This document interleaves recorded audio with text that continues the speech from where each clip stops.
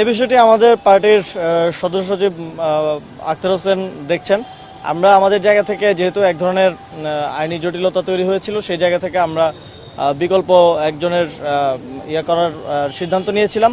তো এটা তো মাত্র স্থগিত এবং বাতিল মাত্র প্রক্রিয়াটা শুরু হলো। আপনারা জানেন আপিলের প্রক্রিয়া আছে, রিটের সুযোগ আছে।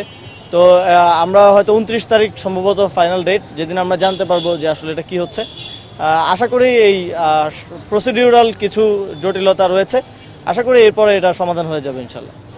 এই বিষয়টা নিয়ে আমাদের লিগ্যাল টিম কাজ করছে এবং তারা এটা নিয়ে দেখছে যে আসলে আমরা জাতীয় নির্বাচনের সময় দেখেছি কিভাবে বিদেশি নাগরিকরা এবং ঋণ খেলাপিরা নির্বাচনে অংশগ্রহণ করেছে এবং নির্বাচন কমিশন এক ধরনের অসহায়ের মতো তখন বলেছে যে আমাদের বুকে পাথর চাপা দিয়ে দিতে হয়েছে বা এই ধরনের কিছু কথা আমরা তাদের থেকে শুনতে পেয়েছি।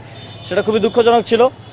তবে এই যে 3 বছরের জটিলতা, এটা তো ঋণ খেলাপি অথবা বিদেশি নাগরিকত্বের মতো কঠিন কোনো জটিলতা না। তারপরেও আমরা আইনের প্রতি শ্রদ্ধাশীল, নিয়ম নীতির প্রতি শ্রদ্ধাশীল। সেই জায়গা থেকে নির্বাচন কমিশন যেই সিদ্ধান্ত দিবে চূড়ান্ত আইন অনুযায়ী আমরা সেটাই আমাদের জায়গা থেকে মেনে নিব এবং সেক্ষেত্রে আমরা আমাদের অন্যান্য অপশন নিয়ে আমরা কাজ করব।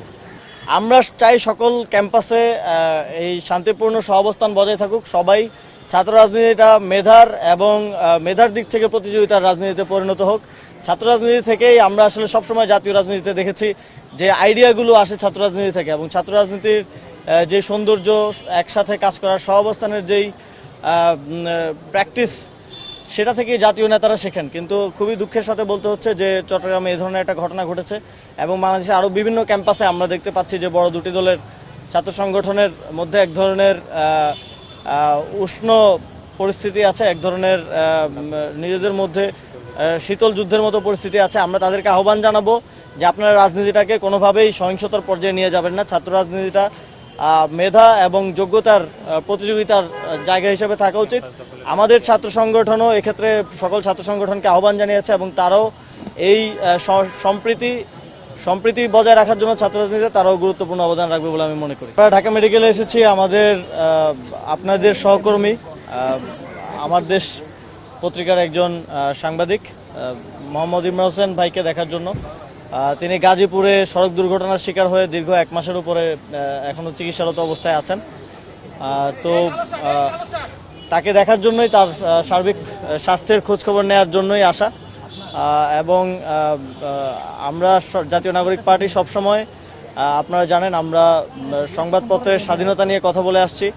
সাংবাদিকদের যে বিভিন্ন ধরনের সমস্যা রয়েছে, ওয়েজ বোর্ড থেকে শুরু করে বেতন কাঠামো থেকে শুরু করে, সেগুলো নিয়ে আমরা কথা বলে আসছি, কাজ করে আসছি এবং সাংবাদিকদের সকল ধরনের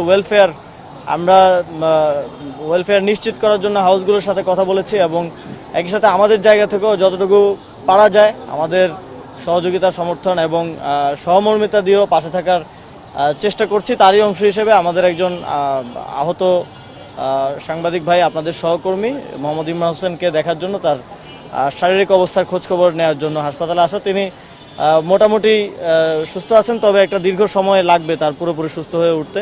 আমরা সবাই তার সুস্বাস্থ্য এবং দীর্ঘায়ু কামনা করছি আর কি। তিনি যেন আবারও আপনাদের সাথে ফিরে এসে আবার তার কার্যক্রম শুরু করতে পারেন, সেটাই প্রত্যাশা করছি।